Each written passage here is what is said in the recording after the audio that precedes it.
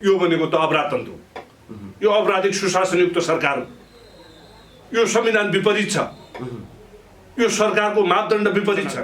पुनः नियुक्ति गर्ने, त्यो संगठन त्यो संयन्त्रको चाहिँ पुनः संरचना गर्ने, पुनः व्यवस्थित गर्ने र त्यसभन्दा पछाडि महेन्द्र पदले स्थापित गरेको श्री 5 महाराज महेन्द्र वीर विक्रम शाहदेवले स्थापना गरेको शौर्य साम्यवादको यात्रा चाहिँ सुरु भने यो राज्यले मानवता विरुद्धको अपराध गरेको छ, यसले शान्ति विरुद्ध अपराध गरेको छ, यसले युद्ध अपराधको एलिमेन्ट स्थापित गरेको छ भन्ने कुरालाई प्रतिनिधि सभाको मानवाधिकार समितिले चाहिँ सरकारलाई बुझाएको प्रतिवेदनमा सिफारिसले त्यो तथ्यले पुष्टि गर्यो। मैले एउटा शब्द प्रयोग गरेको छु नि, 21औं शताब्दीको यो उत्तर आधुनिक कालको चेतनाले परिवर्तन हुन्छ। अहिले सामाजिक सञ्जाल हेर्नुहोस् त, हेर्नुहोस् त। अनि अर्को विषय चाहिँ व्यवस्था परिवर्तनका सन्दर्भमा जुन व्यक्तिहरूले यो व्यवस्था ठिक छ भनेको छ त्यसको एउटा पृष्ठभूमि हेर्नुहोस्। तपाईँ यो मुलुकको प्रधानमन्त्री हुनुहुन्छ भने राज्यको एउटा यस्तो निकाय देखाइदिनुहोस् जुन निकायमा भ्रष्टाचार भएको छैन भनेर देखाइदिनुहोस्। एउटा काम मैले अझ पनि विनम्रतापूर्वक के थपेँ भने एउटा काम यस्तो देखाइदिनुहोस् जसका कारणले नेपालको राष्ट्रियता, सार्वभौमसत्ता, अखण्डता, स्वतन्त्रता, स्वाभिमान र स्वाधीनता संरक्षण भएको एउटा काम मात्रै देखाइदिनुहोस्। अयोग्यता भएका व्यक्तिहरूले त्यसको नेतृत्व गरे भने परिणाम त्यो हुन्छ। त्यसकारणले अब स्वर्णिम चेतनाले सम्बोधन गर्छ, को मेरो नेतृत्व भनेर सम्बोधन गर्छ। अब केही ठाउँमा गरिसकेको छ, को योग्य छ, को अयोग्य छ, को काबिल छ, को बेकाबिल छ, को प्रबल छ, को निर्बल छ भन्ने कुराको चाहिँ स्थापना स्वर्णिम चेतनाले स्थापित गर्छ। शास्त्रीय विचार हो।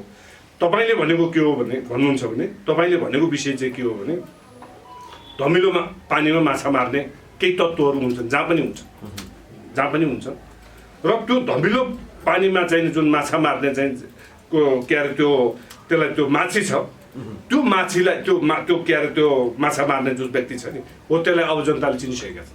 नेतृत्व गर्न सक्ने शासकीय आचरण छैन भन्ने कुरा चाहिँ त्यसले पुष्टि गर्यो। त्यस्ता व्यक्तिहरू पनि अहिले छ जो अर्को एउटा समूह पनि छ, मौखिक समूह भन्छु म त्यसलाई। ऊ केही गर्दैन तर कार्यक्रम आयोजना भयो भने त्यो अतिथि भएर भाषण गर्छ। अब त्यस्ताको भाषण पनि सुन्दैनन् मान्छेले, त्यस्ताको भाषण पनि अब मान्छेले सुन्दैन।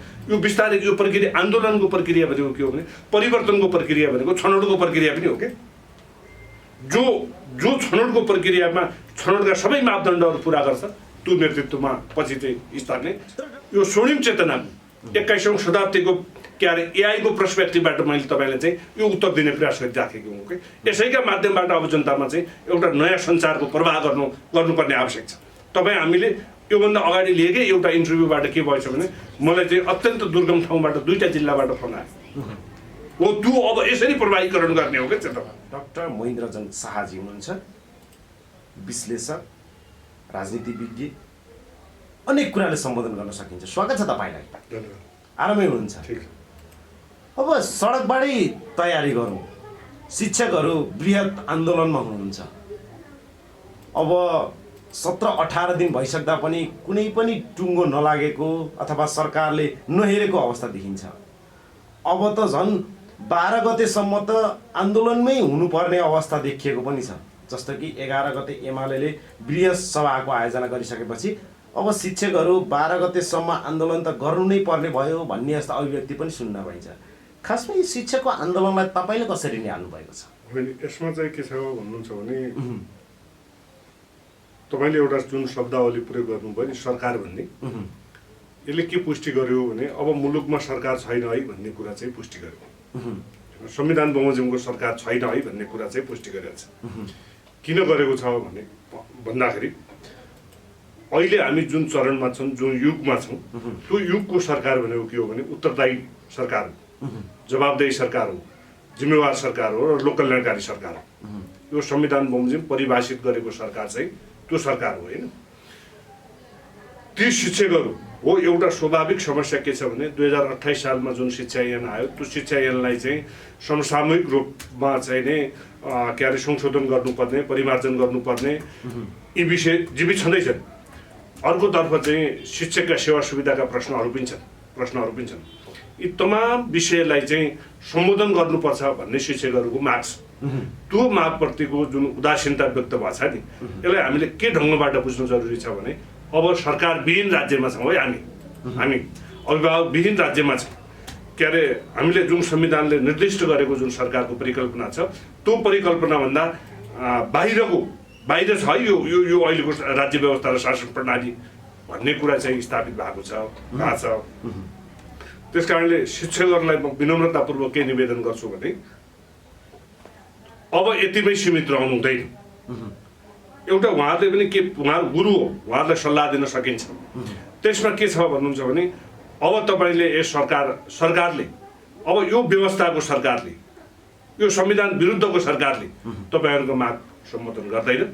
तपाईँहरूले आफ्नो डिस्कोर्स चाहिँ नि परिवर्तन गर्नुपर्छ भन्ने कुरा चाहिँ म उहाँहरूलाई चाहिँ निवेदन गर्न चाहन्छु।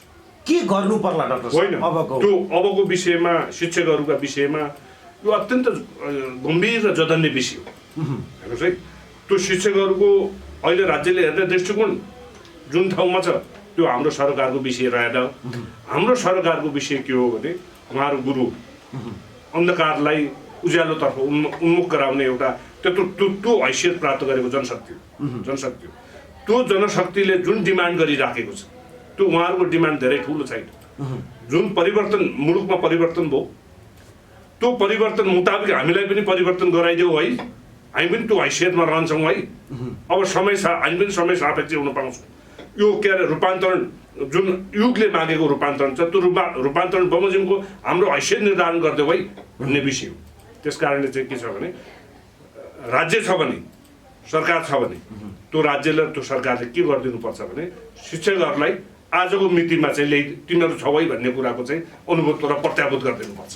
तर डाक्टर साहब त्यो अनुभूति गराउने अवस्था देखिएन। जस्तो कि कुनै बेला रातको उज्यालो भनेर चिनिने कुलमान घिसिङलाई पनि हटाइयो र नेपाली जनतालाई अन्धकारमा धकेलियो भन्छन्। अहिले शिक्षकहरू पनि सडकमा आन्दोलित रहित हुनुहुन्छ। आम युवा युवतीहरूलाई शिक्षाविहीन बनाएर अन्धकारमै धकेलिँदैछ। एउटा के हो भन्नुहुन्छ भने यहाँ एउटा अलिकति जघन्य प्रश्न पनि छ क्या यसमा। यसको गुह्य कुरा विषय चाहिँ के छ भने हिजो शिक्षकहरू दलालका रूपमा आफूलाई परिभाषित गरे। हेर्नुहोस् है हिजो शिक्षकहरूले के अरे कलोवादीका रूपमा आफूलाई परिभाषित गरे शिक्षकहरूले। त्यहाँ यो परिणाम प्राप्त हुन शिक्षकहरूको पनि भूमिका छ।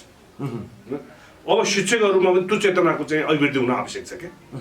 आज त्यो चेतनाको चाहिँ अभिवृद्धि भएको भने त्यो सडक जुन आन्दोलन छ त्यसले के पुष्टि गर्यो भने अब कलोवादबाट यो अपराधतन्त्रबाट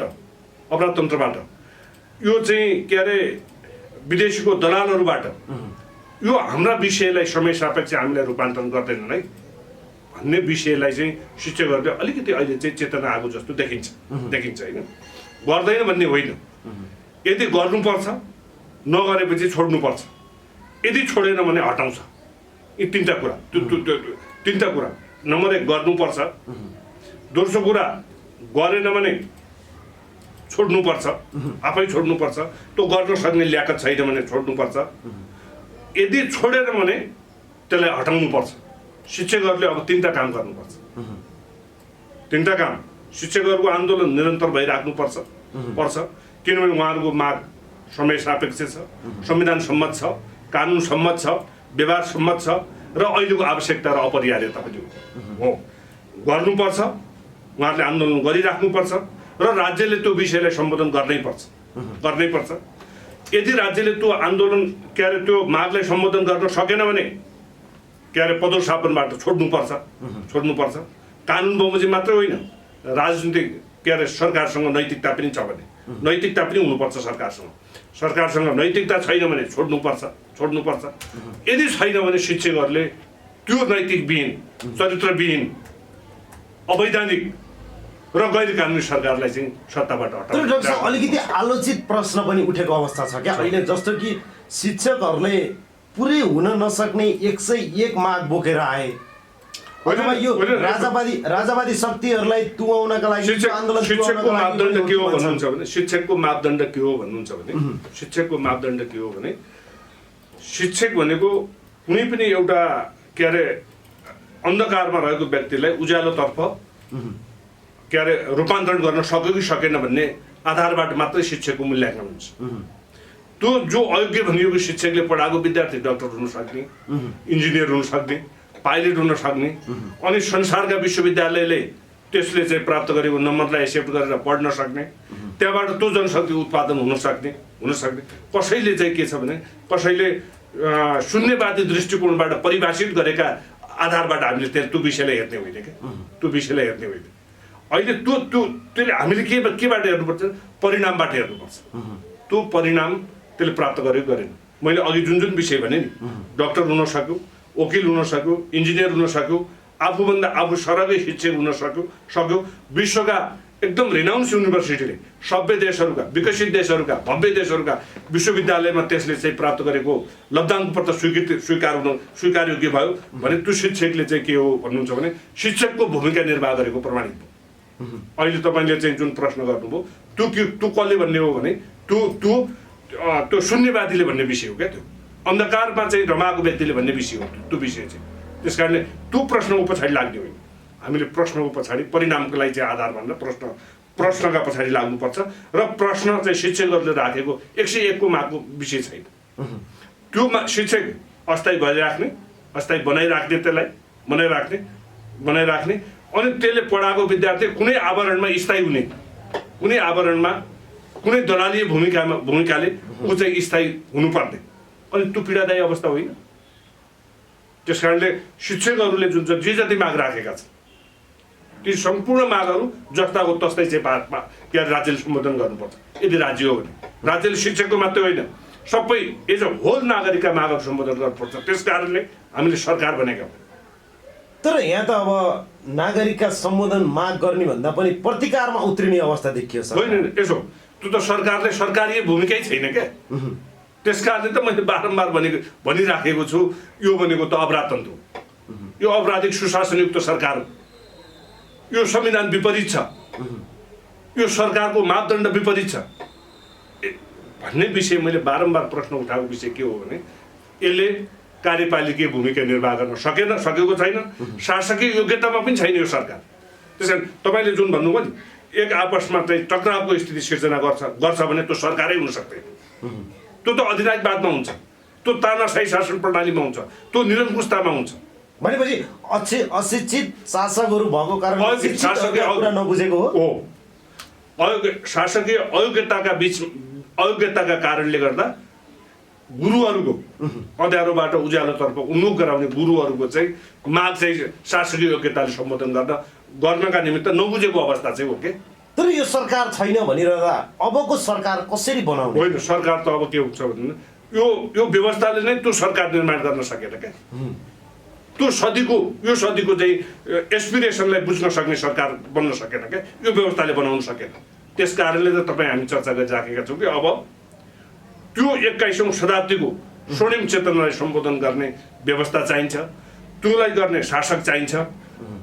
त्यसका चाहिँ त्यो अन्तर्गतको राज्यका संयन्त्रहरू त्यो किसिमको आवश्यकता पर्दछ भनेर जुन हामीले प्रश्न चाहिँ बारम्बार आवाज उठाइराखेका छौँ नि, हो त्यसको प्रमाणीकरणको अवस्था हो त्यो चाहिँ। तर डाक्टर साहब अब के भन्ने पनि त प्रश्न होइन। अब के हो भन्नु छ, अब के भन्ने त बडो अत्यन्त सजिलो छ। यो विषयलाई सबभन्दा पहिला हामीले उठान गरेका हौँ पृथ्वी पथको जुन अवधारणा।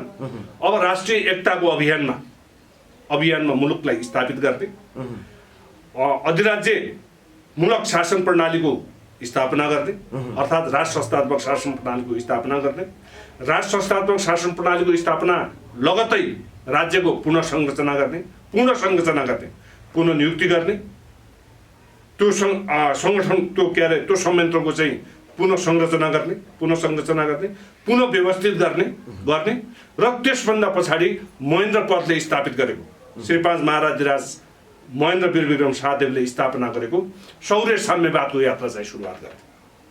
तर डाक्टर साहब अहिलेको अघिल्लो समयका परिवर्तनहरू केही न केही द्वन्द्वबाट सुरु भएर अन्त्य भएको अवस्था छ। अबको अवस्थालाई फेरि द्वन्द्वमै धकेल्ने होइन, द्वन्द्व होइन। त्यस कारणले त अस्ति 25 गतेको हो, त्यस कारणले त के अरे तिनकुनेको चाहिँ 15 गतेको चाहिँ कार्यक्रम हो। राष्ट्रिय तिनकुनेको कार्यक्रमलाई त सम्मेम भन्न मिलेन, त्यहाँ त दुईजना नेताको मृत्यु नै भयो। होइन, एक हिसाबले त रणमैदानै बन्यो। होइन, तिनकुने घटनाका विषयमा प्रश्न छ, इभेन चाहिँ नि अहिलेको प्रतिनिधि सभाको जुन मानवाधिकार समिति छ त्यसले एउटा प्रतिवेदन पेश गरेको छ। राष्ट्रिय मानवाधिकार आयोगले यसलाई छानबिन गर्दैछ। अन्तर्राष्ट्रिय समुदायले यसलाई अत्यन्त संवेदनशीलताका साथ हेरेको छ। त्यस कारणले अब के स्थापित भयो भन्नुहुन्छ भने 3 कानुनको घटनामा स्वयं राज्यले नै हेर्नुहोस् है, जब मानवाधिकारको प्रश्न खडा हुन्छ, उल्लङ्घन भयो भन्ने विषय चाहिँ प्रश्न जब खडा हुन्छ, त्यसमा राज्यबाट मानवाधिकारको उल्लङ्घन हुन्छ, नागरिकबाट मानवाधिकारको उल्लङ्घन हुँदैन। हेर्नुहोस् है, अब के स्थापित भयो भने यो राज्यले मानवता विरुद्धको अपराध गरेको छ, यसले शान्ति विरुद्ध अपराध गरेको छ, यसले युद्ध अपराधको एलिमेन्ट स्थापित गरेको छ भन्ने कुरालाई प्रतिनिधि सभाको मानवाधिकार समितिले चाहिँ सरकारलाई बुझाएको प्रतिवेदनमा सिफारिसले त्यो तथ्यले पुष्टि गर्छ। होइन, तपाईँले भनेअनुसार कहिल्यै पनि आम सर्वसाधारण जनताले मानवाधिकारको उल्लङ्घन गर्दैन, सरकारले गर्छ भनिरहँदा यदि सरकारले गरेको हो भने त नैतिकताकै हिसाबमा पनि त राजीनामा दिनुपर्छ होइन र? यता सुन्नुहोस् न, नैतिकता भएन, नैतिकताका आधारमा राजीनामा दिने। नैतिकता भन्ने लाज भन्ने, म शासक हुँ, मेरो चाहिँ जति कानुनी दायित्व छ त्यति मेरो नैतिक दायित्व पनि हुन्छ भन्ने बुझिया भए यो परिणाम हुन्थ्यो। तपाईँले प्रश्न गर्नु भएन शिक्षकको, जसले अन्धकारबाट उज्यालोतर्फ के अरे समाजलाई डोर्याउँछ, त्यसले चाहिँ आज कति दिन भयो तपाईँको चाहिँ के अरे माइतीघर मण्डलदेखि बानेश्वरसम्म चाहिँ गाडी नगुडेको।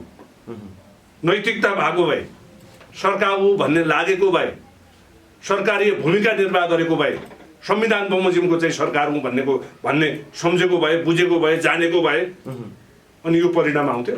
तर डाक्टर साहब, सजिलै तरिकाले तपाईँले भनेअनुसार राष्ट्र पुनर्स्थापनै गर्नुपर्छ, यो व्यवस्थाले भएन भनेर त सजिलो अवस्था त हुँदैन। सजिलो र अप्ठ्यारोको विषय नै रहेन के, सजिलो र अप्ठ्यारोको विषय नै रहेन। मैले एउटा शब्द प्रयोग गरेको छु नि, 21औं शताब्दीको यो उत्तर आधुनिक कालको चेतनाले परिवर्तन हुन्छ।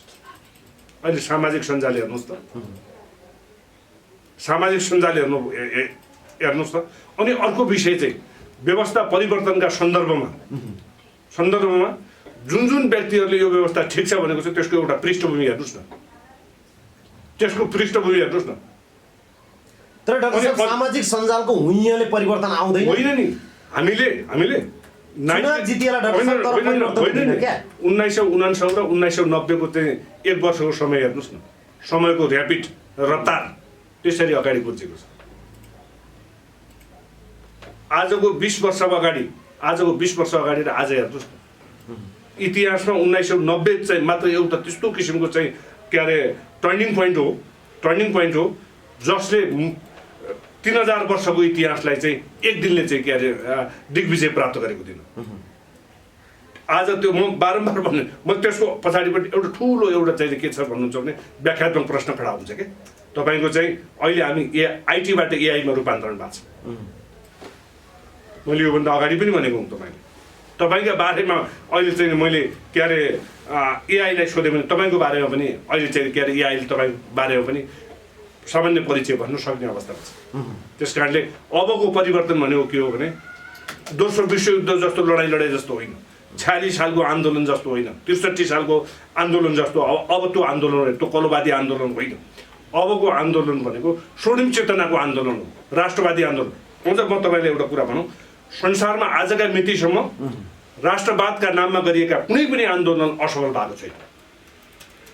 दलालहरूका विरुद्धमा राष्ट्रवादीले गरेको आन्दोलन असफल भएको छैन हो।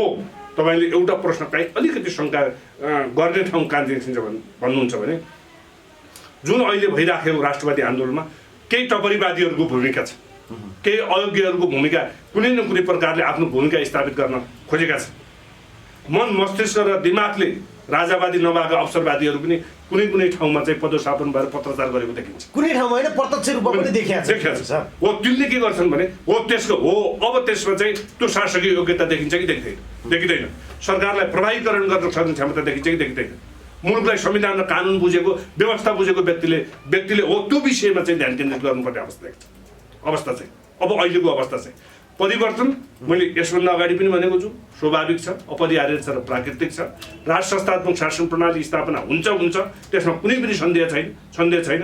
अब किन त्यसको अवस्था छ भने अहिले तपाईँले शिक्षक आन्दोलन भन्नुभयो नि, शिक्षक त देखिएको आन्दोलन मात्रै हो।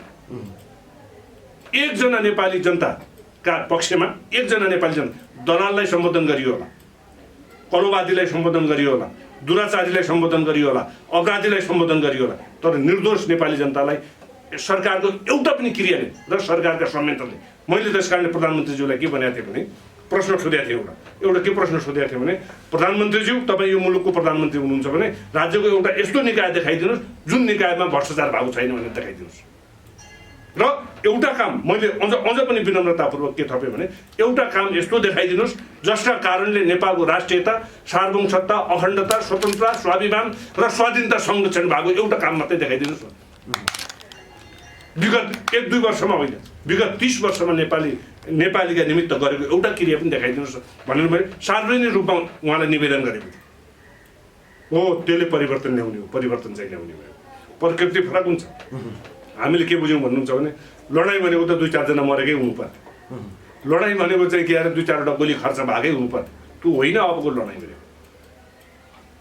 अबको राष्ट्रवादी आन्दोलनको लडाइँ एउटा विधि निर्वाचनबाट हुन्छ र अर्को विधि के हुन्छ भने स्वर्णिम चेतनाले हुन्छ। स्वर्णिम चेतनाले स्थापित गर्छ अब परिवर्तनलाई। तर डाक्टर साहब तपाईँले अघि भनेर त अहिले हामी एआई जेनेरेसनमा छिरिसक्यौँ भन्नुभयो, अनि एकातर्फ सामाजिक सञ्जालको कुरा गर्नुभयो, तर 79देखि नै सामाजिक सञ्जालको हुइएर राज संस्था फर्काउँ भन्ने चर्चा निकै चलेको, तर अहिलेसम्म आइरहँदाखेरि त त्यो सामाजिक सञ्जालको हुइएले काम गरेन नि। हो, मैले त्यही भन्दैछु। त्यस कारणले कहिलेकाहीँ शासकीय अयोग्यता भएका व्यक्तिहरूले त्यसको नेतृत्व गरे भने परिणाम त्यो हुन्छ। त्यस कारणले अब स्वर्णिम चेतनाले सम्बोधन गर्छ को मेरो नेतृत्व भनेर सम्बोधन गर्छ। अब केही ठाउँमा गरिसकेको छ, को योग्य छ, को अयोग्य छ, को काबिल छ, को बेकाबिल छ, को प्रबल छ, को निर्बल छ भन्ने कुराको चाहिँ स्थापना स्वर्णिम चेतनाले स्थापित गरिदियो क्या। म भनेर होइन, हिजो 6 महिना अगाडि चाहिँ के अरे कार्यकारी राष्ट्रपतिको चाहिँ भूमिका निर्वाह गर्छु भन्ने, अनि 6 महिना पछाडि म राजावादी हुँ र मैले यो पद प्राप्त गरेको छु भनेर पत्रचार हो। त्यस्ता अनैतिकलाई, त्यस्ता निर्बललाई, त्यस्ता अवसरवादीलाई, त्यस्ता टपरीवादीलाई, त्यस्ता ज्ञान शून्यलाई, त्यस्ता टोरीवादीले अब जनताले के अरे चाहिँ के गर्छ भने त्यो स्वर्णिम चेतनाले अस्वीकार गर्छ।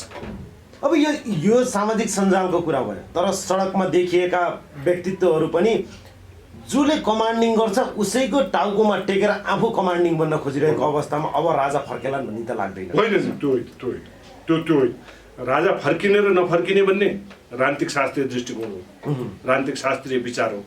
तपाईँले भनेको के हो भने भन्नुहुन्छ भने तपाईँले भनेको विषय चाहिँ के हो भने धमिलोमा पानीमा माछा मार्ने केही तत्त्वहरू हुन्छन्, जहाँ पनि हुन्छ र त्यो धमिलो पानीमा चाहिँ जुन माछा मार्ने चाहिँ के अरे त्यसलाई त्यो माछी छ, त्यो माछीलाई त्यो के अरे त्यो माछा मार्ने जुन व्यक्ति छ नि हो त्यसलाई अब जनताले चिनिसकेका छ। स्वर्णिम चेतनाले चिनिहाल्छ त्यसलाई। त्यो 2-4 दिन राम्रो रमाइलो गर्ला, यो मन मस्तिष्क र चाहिँ के अरे दिमागबाट चाहिँ यसले चाहिँ के अरे यो राष्ट्र संस्थावादी हो कि होइन, यो स्वर्णिम चेतनाको व्यक्ति हो कि होइन भन्ने विषयलाई चाहिँ अब जनता धेरै छन् त। केही त यस्ता व्यक्तिहरू पनि छन् जो व्यक्तिहरूको मैले नाम त लिइनँ, तर उनीहरू मन मस्तिष्क र दिमागबाट, रगतबाट, त्यसका पसिनाबाट, त्यसका आँसुबाट पनि राष्ट्र संस्थात्मक शासन प्रणालीका प्रति प्रतिबिम्बित छ। यद्यपि त्यसको आचरणका कारणले ऊ एक्लै छ। अहिले त्यस्ता मान्छेहरू पनि हामी बजारमा भेटिन्छ, तर त्यो एक्लै किन भयो भन्दाखेरि त्यसको आचरणका कारणले हो। अब त्यो जनताले चिने यो चाहिँ के रहेछ भन्नुहुन्छ भने यो व्यक्तिगत रूपमा यो वैचारिक दृष्टिकोणबाट यो राष्ट्र संस्थात्मक शासन प्रणालीको व्यक्ति रहेछ भन्ने पुष्टि गरे, तर यो आचरणगत रूपमा यो राष्ट्र संस्थात्मक शासन प्रणालीमा नेतृत्व गर्न सक्ने शासकीय आचरण छैन भन्ने कुरा चाहिँ त्यसले पुष्टि गर्यो। त्यस्ता व्यक्तिहरू पनि अहिले छ, जो अर्को एउटा समूह पनि छ, मौखिक समूह भन्छु म त्यसलाई। ऊ केही गर्दैन, तर कार्यक्रम आयोजना भयो भने त्यो अतिथि भएर भाषण गर्छ। अब त्यस्ताको भाषण पनि सुन्दैनन् मान्छेले, त्यस्ताको भाषण पनि अब मान्छेले सुन्दैन। यो बिस्तारै यो प्रक्रिया, आन्दोलनको प्रक्रिया भनेको के हो भने परिवर्तनको प्रक्रिया भनेको छनौटको प्रक्रिया पनि हो क्या।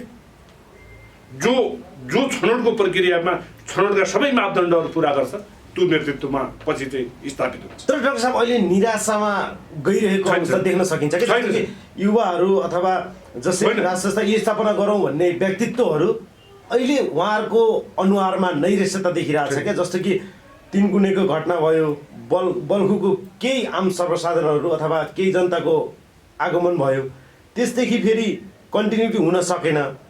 त्यो कारणले गर्दा पनि अब यत्तिकै हो कि अथवा शीर्ष व्यक्तित्वहरूले मात्रै कमान्डिङ गर्ने, हामी युवा चाहिँ के भन्ने पनि प्रश्न उठेको छ क्या। होइन, यसो यी प्रश्नहरू के प्रश्नहरू उठेका हुन् भन्नुहुन्छ भने यो विगतको चाहिँ पृष्ठभूमिबाट उठेका हुन् क्या, विगतको पृष्ठभूमिबाट उठेका हुन् यो प्रश्न चाहिँ।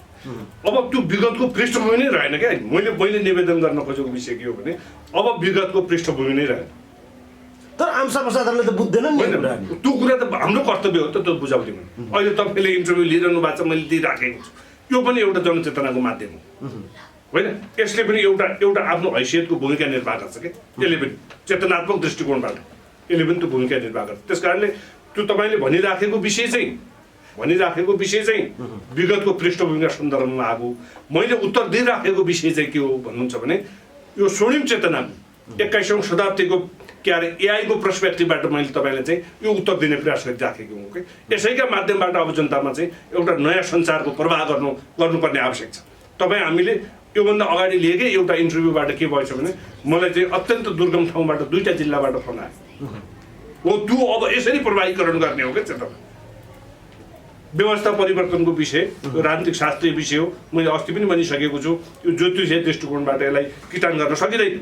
यद्यपि जति सक्यो छिटो अब मैले भने तपाईँको र मैले लिएको इन्टरभ्यू त्यहाँसम्म पुगेछ क्या, त्यसको प्रभाव पुगेछ।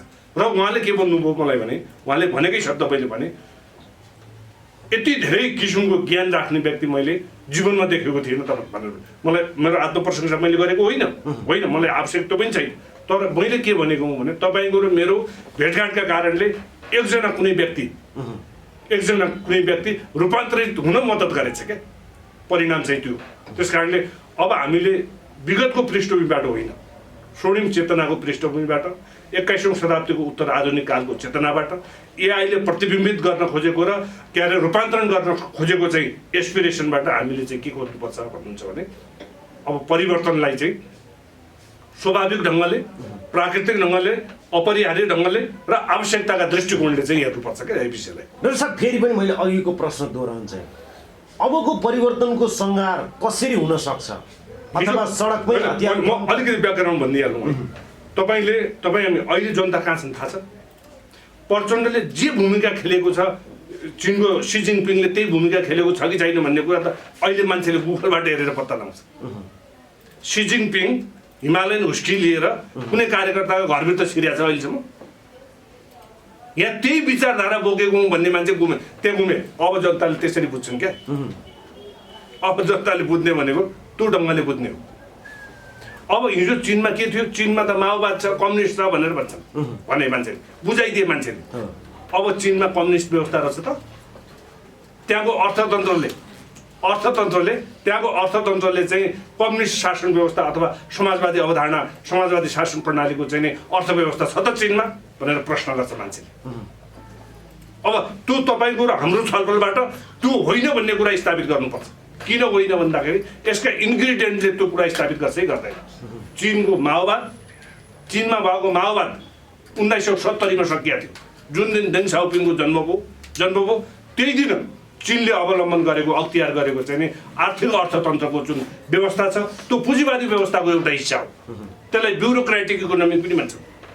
ब्युरोक्रेटिक क्यापिटलिस्टिक इकोनोमी भनेर चाहिँ नि चिनिया विद्वानहरू, अर्थशास्त्रीहरू त्यसलाई परिभाषित गर्छ। तपाईँको मेरो काम के हो भन्नुहुन्छ भने त्यो हरकत गर्नु। अहिले 3-4वटा देशमा नाम मात्रको कम्युनिस्टको चाहिँ के शासन व्यवस्था छ। Vietnam, Laos, Cuba, north Korea र चीनमा यिनीहरू नाम मात्रको कम्युनिस्ट शासन व्यवस्था। यी देशमा भएका ती अहिले नेतृत्व गरिराखेका व्यक्तिहरू अहिले नेपालमा कम्युनिस्ट हुँ भन्ने व्यक्तिहरू जस्तै कसैलाई बा भनिरहनु पर्ने, अनि गिरीबन्धु खाइरहनु पर्ने, कसैले क्यान्टोनमेन्टका रकम खाइदिनु के अरे क्यान्टोनमेन्टको आफ्ना लागि जीवन प्रवाह नगर्ने चाहिँ त्यो साहस बोकेका व्यक्तिहरूको रकम खाइदिनु पर्छ। यी 5वटै देशका कम्युनिस्ट पार्टीका नेताको हैसियत हेर्नुहोस् न। त्यस कारणले अब के छ भन्नुहुन्छ भने अब जनताले त्यो हेरिसकेका छन्, बुझिसकेका छन् क्या। त्यस कारणले अब चाहिँ त्यो विषयमा प्रवेशै गर्न आवश्यक छैन। डाक्टर साहब अलिकति राजाको विषयमा प्रवेश गरौँ। जसरी राजा बोलेनन् भन्दाखेरि दुईचोटि देशकै लागि हिट हुने गरी अभिव्यक्ति प्रहार दिए अथवा सम्बोधन गर्नुभयो। त्यसपछि सडकमा उत्रेनन् भन्दा पनि निर्मल निवास अगाडि नै आम सर्वसाधारणहरूलाई भेटिरहेको अवस्था सिर्जना भएको देखियो, वार्तालाप गरेको देखियो। भनेपछि अब के राजा सक्रिय नै भएको हो? होइन, राजा कसरी सम्बोधन गर्ने? राजा कस्तो हुन्छ भन्ने कुराका सन्दर्भमा राजा कस्तो हुन्छ र राजा भएकाले देश कस्तो गर्छ भन्ने कुराको सन्दर्भमा म केही ऐतिहासिक तथ्यहरू भन्छु के। द एलेक्जेन्डर ग्रेट हो राजा त्यस्तो हुन्छ। राजा कलोवादीहरूसँग र अपराधतन्त्री जस्तो बोक्दैन। राजा कस्तो हुन्छ? अलेक्जेन्डर ग्रेट जस्तो हुन्छ। र देश कस्तो बनाउँछ? देश कस्तो बनाउँछ भन्ने ओल्ड कन्क्वायर भन्छन्, संसार विजेता हो राजा भनेको भन्छ। हो राजा त्यस्तो हुन्छ। त्यो मात्रै होइन, अर्को चेङ्गाई खान जस्तो हुन्छ राजा। मङ्गोलियाको चेङ्गाई खान जस्तो हुन्छ। अत्यन्त थोरै बोल्छ र देश कस्तो बनाउँछ? के अरे मङ्गोल साम्राज्यको स्थापना गर्छ राजाले। राजा कस्तो हुन्छ? जुलियस सिजर जस्तो हुन्छ। त्यो जो के अरे रोमको चाहिँ